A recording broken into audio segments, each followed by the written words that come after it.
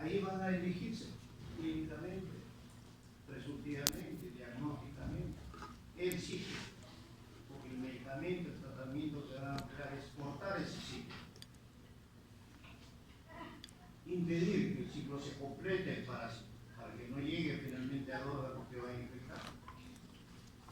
Entonces, los ciclos biológicos, pues, es el que le va a permitir a usted demostrar, comprobar y alterar, destruir esta ruta que desarrolla este procedimiento que el parásito realiza para alcanzar su madurez y su forma infectante hacia el huésped.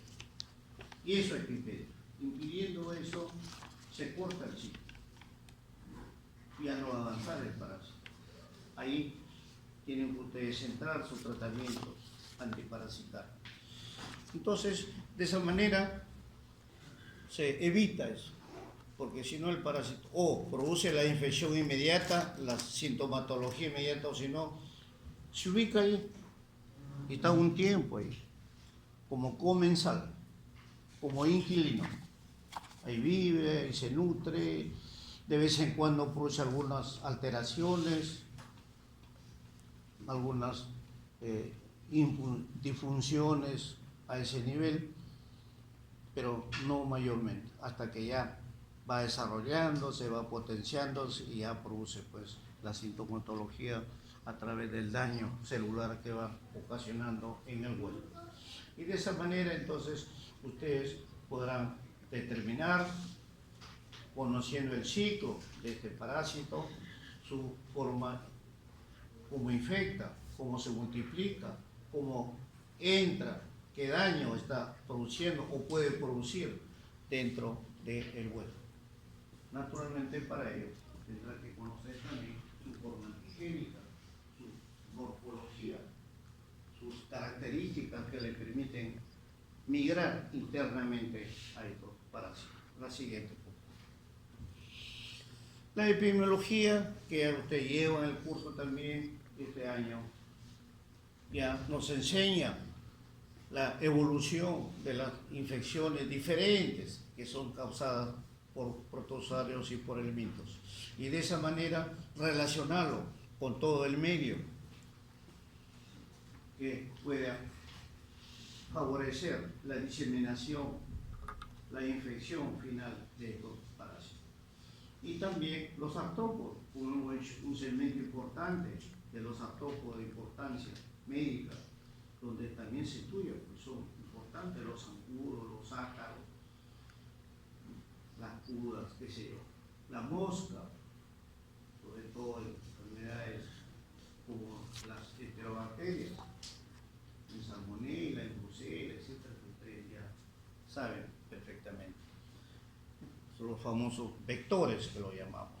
Entonces todo esto ya también tendrán que ustedes relacionarlo epidemiológicamente, con situaciones socioeconómicas, con alteraciones que producen dentro del huésped, y de esa manera sacar su diagnóstico epidemiológico. También tienen que hacerlo, porque en el momento que ustedes están interrogando a su paciente, están escuchando dónde vive, cómo vive, qué ocupación tiene, cuál es su alimentación más frecuente, ya están relacionando la posible parasitosis que pueda estar engendrando ese paciente.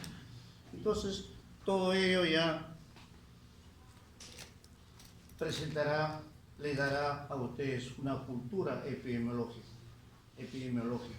ya considerando la densidad poblacional, o sea, la demografía, también ya ustedes, la ecología, la demografía, la batería estadística, que a veces lo adquieren ustedes del mismo paciente o de la investigación bibliográfica que realizan, que ahora es mucho más vigente, más actualizada que unos años atrás, donde no había mayormente información estadística.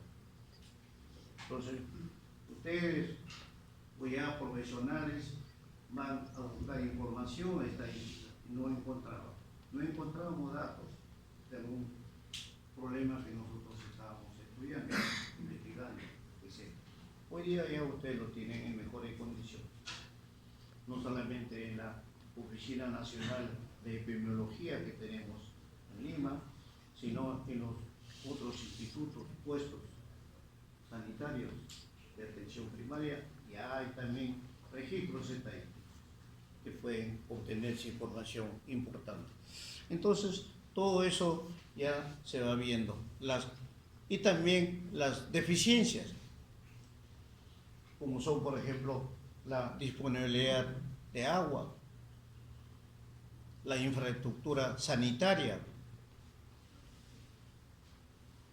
y todas estas deficiencias que permiten la evolución de estas parasitosis y se vuelven frecuentes.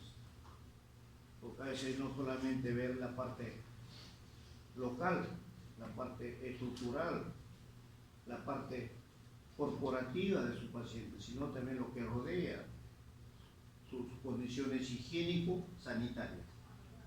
Ahí usted también tiene que enfocar el problema. La siguiente.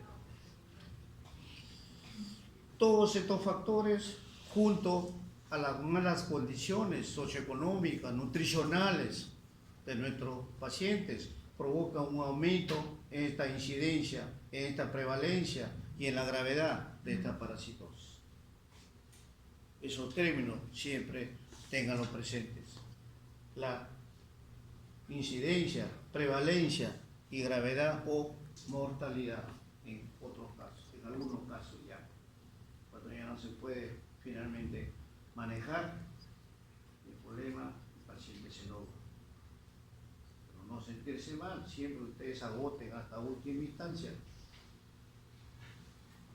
para poder rehabilitar a ese paciente, que es el objetivo fundamental. En nuestra América Latina, incluyendo nuestra América del Sur, todas estas enfermedades parasitarias son sumamente importantes. La mayoría de países son tropicales, subtropicales. Sudamérica, Centroamérica, Nicaragua, Honduras, Costa Rica, tienen selva. Entonces, allí se disemina este abanico de enfermedades parasitarias y microbianas en general, unos con más incidencia que otros. En algunos países, a pesar que tienen una zona tropical, subtropical, sin embargo el clima, la densidad poblacional cambia, es diferente. Por ello que en algunos países se producen fuertes epidemias según temporadas. Por ejemplo, los virus de la influenza a la cabeza, ustedes ya lo han visto, es sumamente severo cuando más bajas son las temperaturas. Acá nomás Chile llega a menos 10, a menos 5, menos 10, menos 14, 15 que hace el año pasado. De frío. Ellos tienen epidemias con índice de mortalidad alto. Nosotros nos favorece un poquito más el factor clima. Nuestros inviernos no son muy severos. Este año hemos tenido y tenemos todavía un clima frío severo, pero no bajamos de cero, salvo en 1, esa zona por ahí, pero no bajamos de cero. Eso nos permite soportar, no incubar mucho a estas enfermedades virales, por decir. Entonces, estamos más pegados a la línea ecuatorial y eso nos favorece un poco. La corriente de Humboldt nos ayuda también a manejar el friaje a nivel de nuestro mar. Y en fin, en cambio, en Estados Unidos, en Europa, ustedes ven las épocas invernales, hasta 40 grados bajo cero. Entonces, esa es la diferencia del mundo, es la climatología, de la ecología que cambia. Entonces, todo esto ya va permitiendo hoy en día que en América Latina, en América del Sur, se hagan brillantes trabajos de investigación sobre estos temas, abiertos. Y con nuestro país también tenemos excelentes investigadores en parasitología y se está contribuyendo a eso, especialmente a los profesionales de medicina, permanentemente investigando, preocupándose, no solamente de darle una buena indicación, un buen tratamiento al paciente, sino la parte global, la parte causal de estas enfermedades. Tenemos, por ejemplo, en la Alemania, del patrón Gilos Herreri, que es de un peruano, Herrera, el doctor Herrera, que descubrió a través de muchos años y finalmente concluyó que este vector, el patrón Gilos, es diferente al vector de Brasil, de Colombia, etc. Demostró científicamente y que le valió un premio sudamericano, peruano, del Instituto Nacional de Salud, que queda ahí frente al Rebaglés. Visítenlo, hay muy buena información ahí en la parte parasitaria. Tiene una muy buena variación de información. Usted va, le saca una fotocopia, está el artículo, está el trabajo. Y el doctor Herrera trabajó ahí. Y de esa manera, como lo repito, ya estamos siendo poseedores de trabajos de investigación de alta calidad, donde ya nos permite, seguramente su trabajo de investigación preliminar que ustedes están haciendo en nuestro curso, les está permitiendo ya conocer estas cosas. Conocer ya, por ejemplo, los grupos etarios que han señalado en sus trabajos, la población que ustedes han tomado, escolares, preescolares, seguramente alguna mesa de trabajo está haciendo algo relacionado con un colegio, por ejemplo, un puesto, una estación sanitaria de atención primaria, un centro de salud de atención primaria, seguramente. Entonces, todo eso ya le van encontrando los antecedentes, las fuentes de estas infecciones. La siguiente. La Organización Mundial de la Salud, que es nuestro órgano rector, no ejecutor, rector, orientador, que nos da siempre la información global. Para eso existe en el mundo, en los países diferentes, la Oficina Sanitaria Panamericana, la OPS, que son las estaciones satélites de la OMS, de la Organización Mundial de la Salud, en cada país, donde van recopilando, van orientando, porque la Organización Mundial de la Salud tiene comités especializados en el mundo para cada determinada enfermedad o segmento de esa enfermedad. Entonces, ya ellos manejan, nos recomiendan, nos dan normas, ejemplos de protocolos, procedimientos que se manejará en el trabajo hospitalario, intrahospitalario y también extrahospitalario en algunos casos.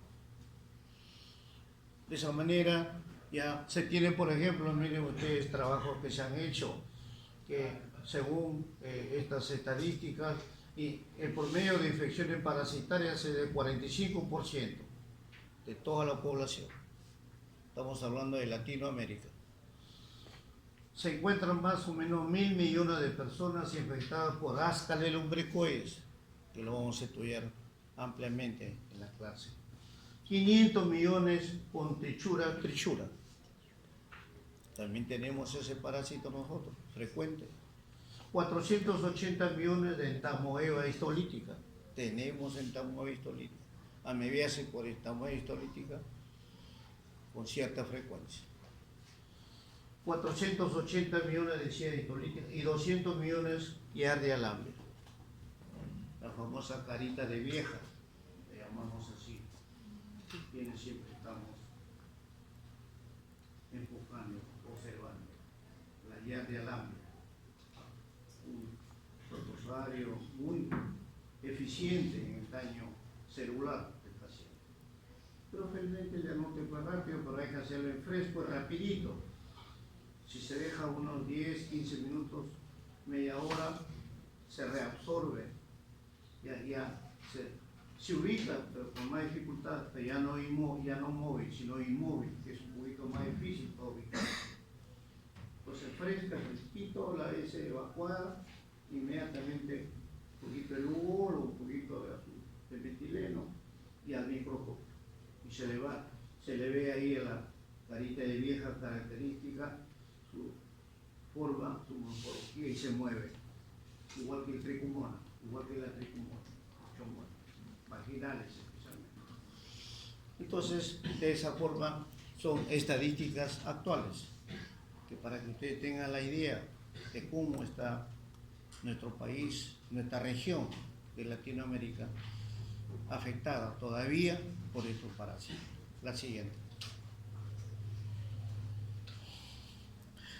Patogénesis de virulencia, ustedes ya saben, invasividad, toxicidad, virulencia, patogenicidad, etc. Términos permanentes que ustedes tienen que manejar. Ese germen es patógeno, es virulento, es invasivo, no es invasivo, etcétera, etcétera. Todo esto ya les da a ustedes la capacidad para conocer y ver, estudiar en forma general, global, estas características patógenas virulentas de sus parásitos que ustedes están estudiando, que están determinando y que tienen que combatir dentro del paciente. Entonces, ya tanto el mito, protozoarios y muchos otros parásitos que forman esta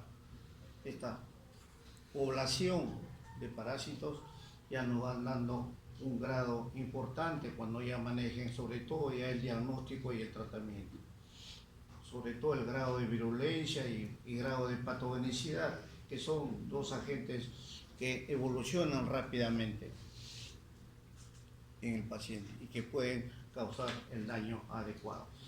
Todo esto ustedes demostrarán a través del diagnóstico, especialmente manejando el LD, o sea, la dosis letal, que permite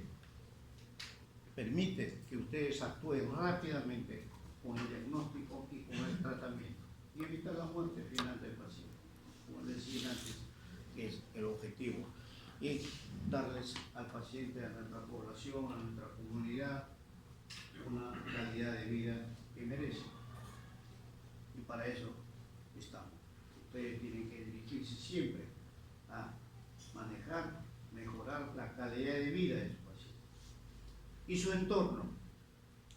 Ustedes saben, la recontaminación, el contagio que puede haber a partir de ese paciente. Pues, las recomendaciones, la educación sanitaria también tienen que impartir.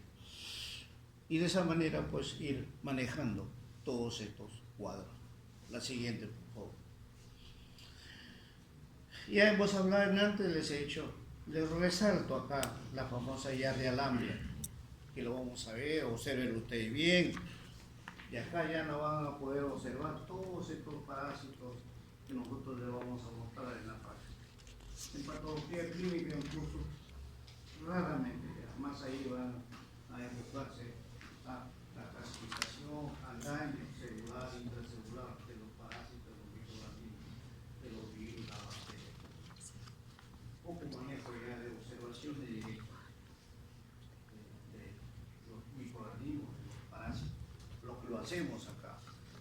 Entonces, la Yardia lambda, van ustedes a tener la oportunidad de observarlo, observenlo bien, su flagelo, su azotilo, su ubicación, cómo es, etc. Y ahí van a recordar lo que luego la carita vieja, que siempre se la recuerda, ¿no?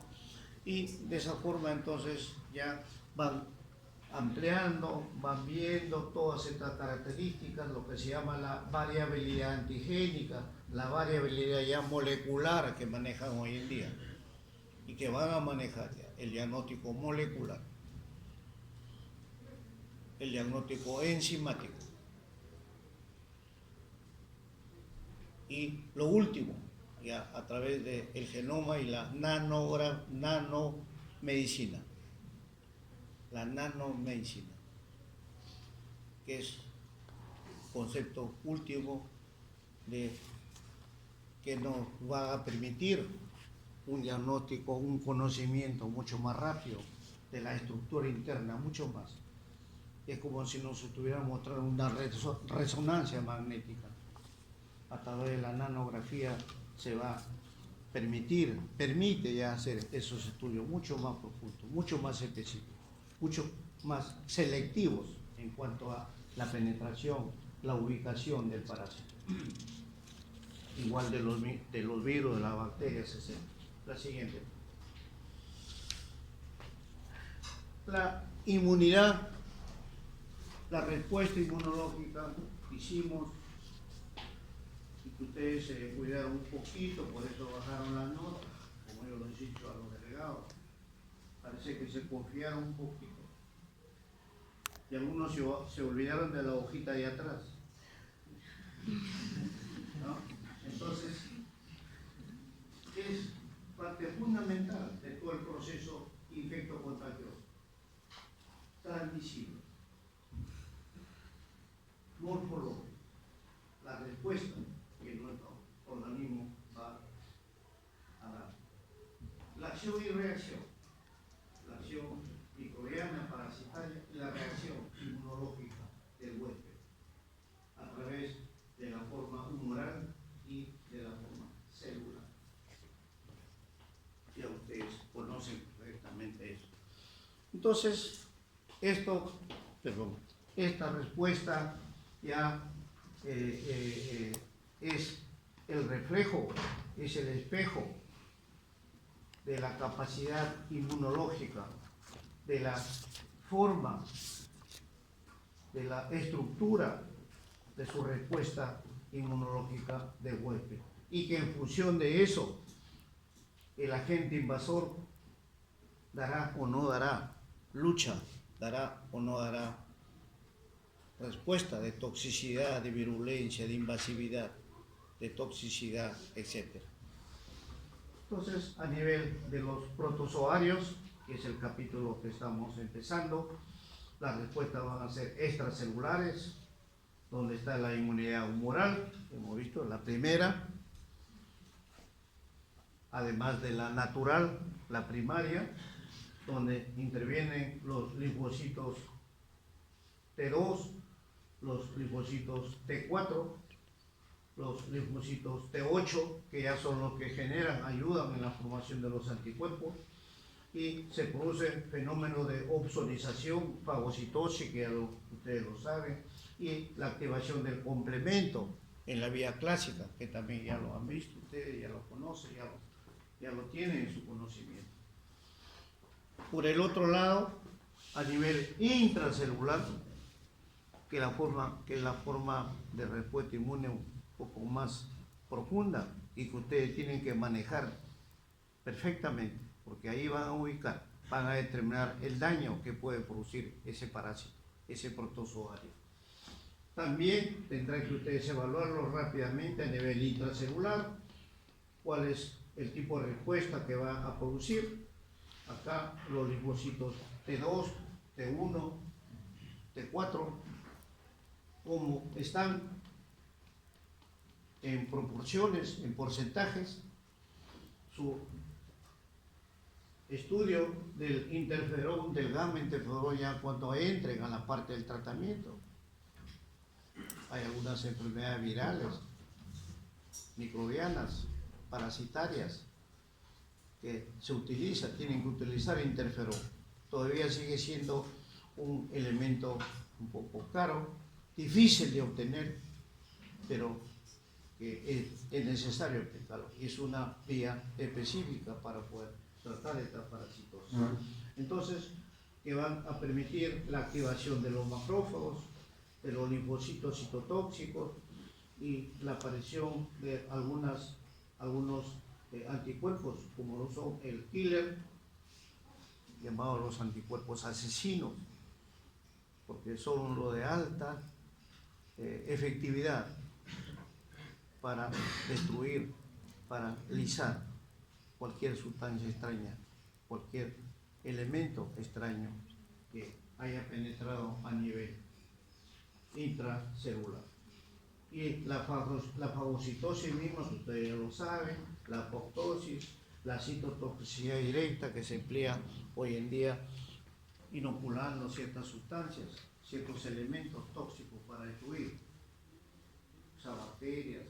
Por ejemplo, cuando la salmonela invade a nivel cerebral, porque es una de las bacterias más invasivas, la salmonela, puede perforar barreras orgánicas y avanzar y puede localizarse en el cerebro.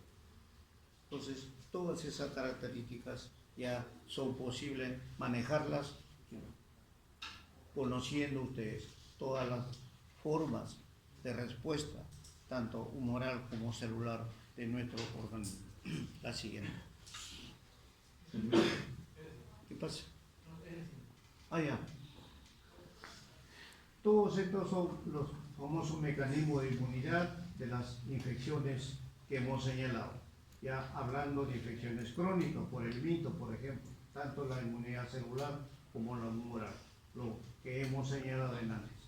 Ampliando ya a la activación de los linfocitos B, que ya ustedes han visto, la producción de anticuerpos, especialmente la IgM, que es una de las primeros anticuerpos, las inmunoglobulinas que aparecen como respuesta, la IgG, la única que atraviesa la barrera placentaria, la IgA, y todos un conjunto de elementos enzimáticos que bloquean, neutralizan todas las actividades de estos parásitos y va activando además también la vía clásica del complemento, la presencia de la secreción de la inmunoglobulina E, la fijación a células cebadas, la degranulación, la liberación de histamina para los casos donde hay que aplicar este concepto, la fijación de anticuerpos, la producción de radicales de oxígeno que se está trabajando hoy en día con mucha frecuencia. Entonces, todo esto marcan pues las características de la inmunidad humoral y de la célula. La siguiente. La clasificación de los parásitos importantes clínicamente, ahí lo tienen ustedes, los protozoarios, los ciliados, los flagelados dentro de este segmento, los esporozoarios, con todos sus componentes de forma parasitaria, que lo vamos a ver en la práctica y lo vamos a ver en las clases teóricas también. Entonces, para que ustedes más o menos ubiquen en forma específica, en forma general, la presencia y la ubicación de estos parásitos. La siguiente. Toda la vida de los parásitos se rige por principios universales desde el punto de vista parasitológico. Un modo como logran convivir, como logran vivir, así como en la flora microbiana, ustedes recuerden, el cándida, la Escherichia coli, etcétera, muchos otros parásitos que están en nuestra flora intestinal, digestiva, respiratoria, muchos microorganismos que están ahí y que forman parte de nuestra defensa, nuestra estructura de rechazo a cualquier sustancia extraña.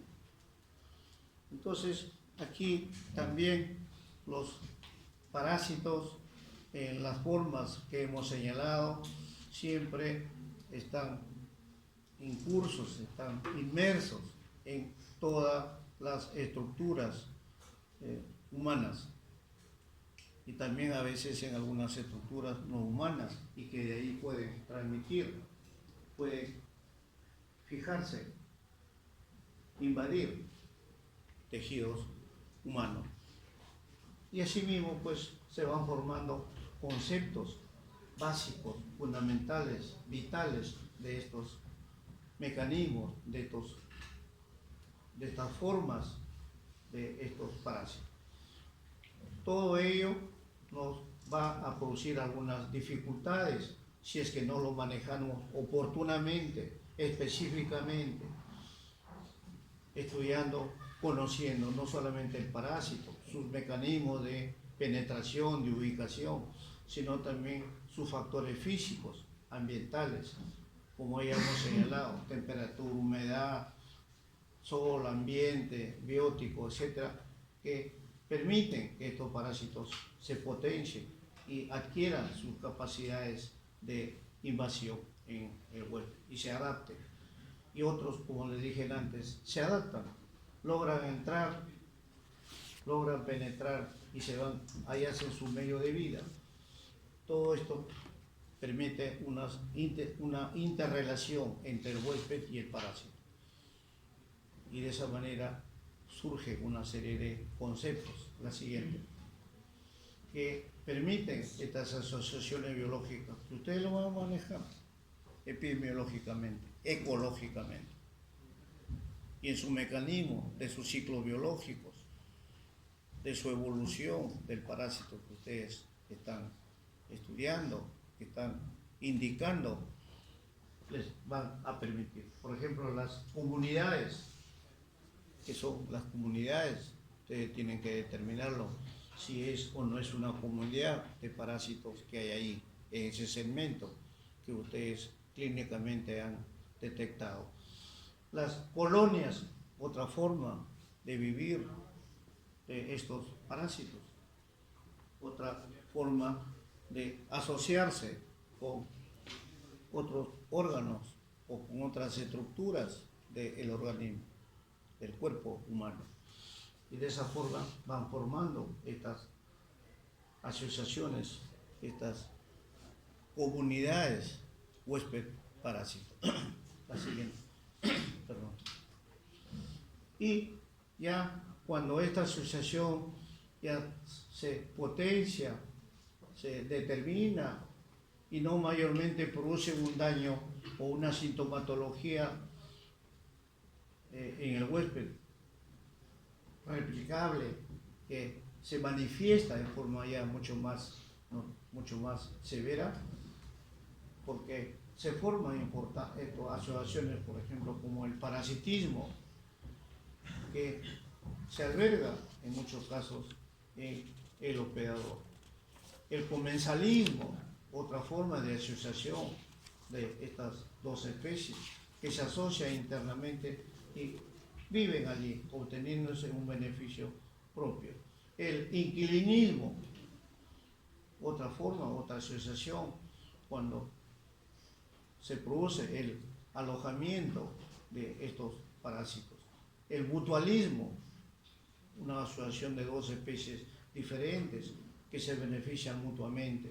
El saprofitismo, que si no es cierto, no corresponde a una asociación, recuerden ustedes ese término saprofítico, que se habla mucho y que ustedes van a tener en cuenta en todo momento, sobre todo en infecciones microbianas, bacterianas especialmente. Sin embargo, se utiliza para designar, para conceptuar esta utilización, la utilización de algunas sustancias de origen desconocido. La toxina, por ejemplo, algo tóxico, la toxicidad, que va a dar una forma de alterar el saprofítico. Si no están ahí, saprofítico. Por eso se les dijo en microbiología que cuando hagan su tratamiento, manejen sus antibióticos, especialmente corticoides, etc., siempre midan la dosis, sean cuidadosos en la dosis. Porque si no, bien pueden borrar todos los agentes microbianos invasivos que están allí, pero además llevan la barrera, alteran la flora microbiana. Ustedes están de alguna forma descompensando a su paciente. Eso es lo que deben cuidar. Y dar la dosis, el tiempo, la concentración adecuada. No, y su antibiograma, para eso tiene su antibiograma, los orientos. ¿Para qué va a ser el antibiograma? Le doy un antibiótico de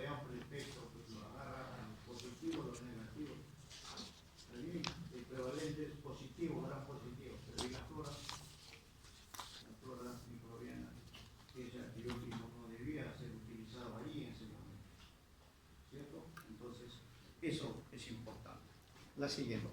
Parásitos permanentes también. En este caso, de donde hay mutualismo, comensalismo, sería una parasitosis permanente. No es muy significativo el mecanismo de daño que están haciendo. Otras parasitosis son periódicas, aparecen o se dan en ciertas épocas, fundamentalmente, o las llamadas temporales o temporadas.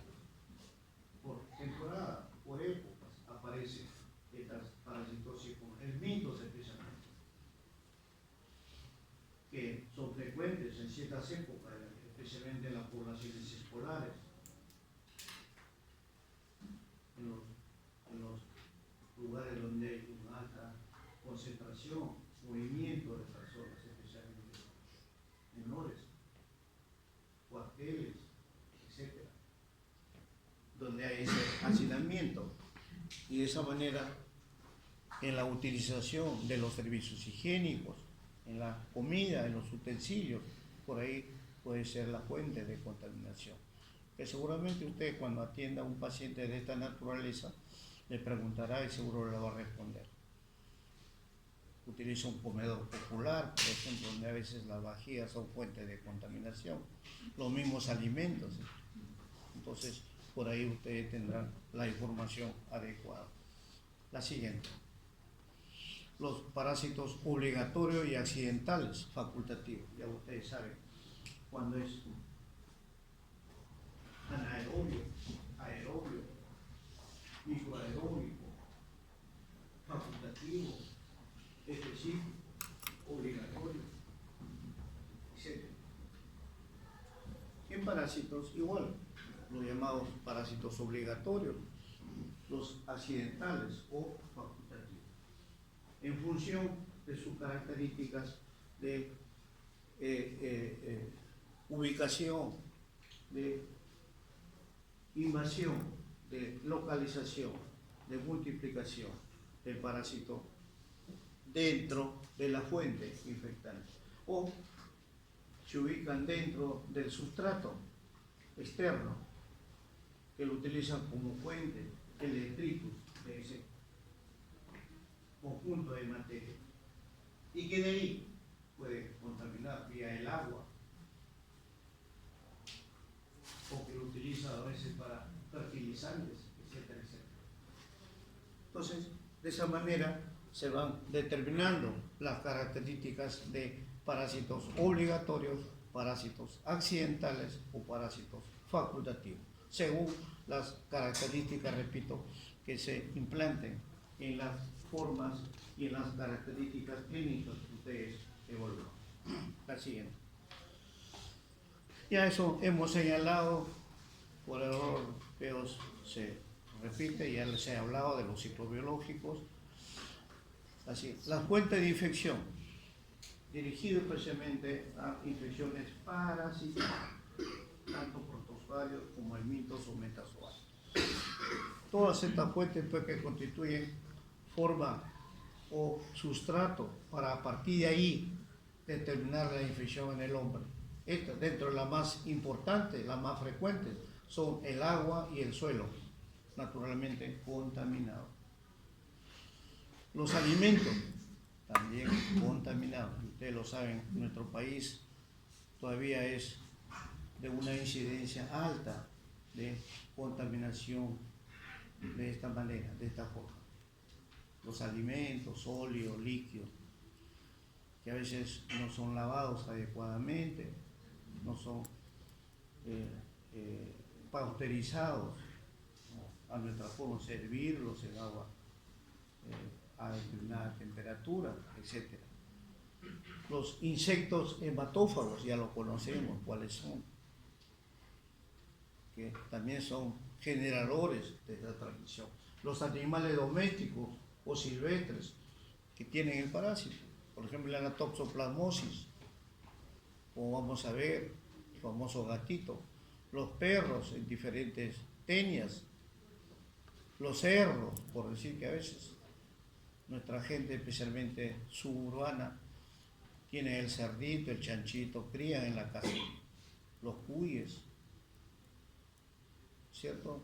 Y en la población ya urbana todavía, el famoso gatito, la mascota, están, pero hay que desparasitarlo, llevarlos al veterinario, que siempre lo desparasiten, si es que están. Pues son fáciles de parasitarse, son fáciles de infectarse estos animalitos. Salen a la calle, salen por ahí, bueno. Claro que ahora ya los mascotas los cuidan mejor que nosotros. Esto en la casa. La señora o los hijos a veces se preocupan tanto de los mascotas, amanecen y anochecen pensando en ellos. Una reacción humana natural. Entonces, pero siempre ustedes tienen que tenerlo en cuenta como fuente accidental. Toxoplasmosis, por ejemplo, que vamos a ver más adelante, el apego del gatito y sobre todo si la mujer o el niño que lo utiliza la mascota de esa forma, se contamina con el toxoplasma. Sabemos que el toxoplasma, la toxoplasmosis es una de las infecciones que producen daño irreversible, no solamente cardiovascular, cerebral, ocular, etc. Producen daños irreversibles, junto con rubiola, junto con citomegalo, junto con treponema, son las llamadas infecciones teratogénicas. Y estos microorganismos son los llamados teratógenos. Dentro de eso está el toxoplasma. Y las autoinfecciones que se repiten. Es otro mecanismo que ustedes tienen que manejar. Darle las recomendaciones para que no se vuelvan a infectar con frecuencia. Y los reservorios, ¿qué son los reservorios? Son pues los espacios, ¿no?, tanto de humanos como de no humanos, inclusive productos vegetales, alimentos, lechugas, zanahorias, qué sé yo, todo eso. O el mismo suelo, el sustrato.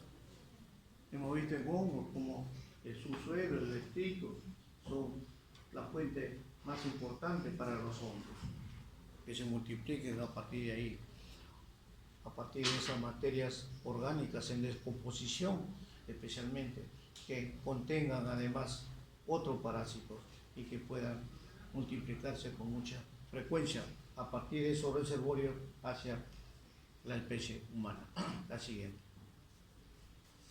Los vectores que hemos señalado, ustedes saben ya perfectamente, porque hemos tocado vectores en el primer curso, que son, a quienes se llama vectores, cómo actúan, ¿no?, tanto en la vía digestiva que producen para que lleguen ahí a través de una picadura, a través de una herida que penetran, etc.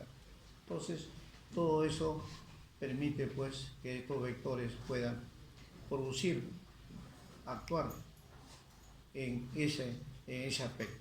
Son los llamados portadores mecánicos, donde están los elementos que contienen el agente patógeno y que son transportados a través de ellos en la superficie del vector.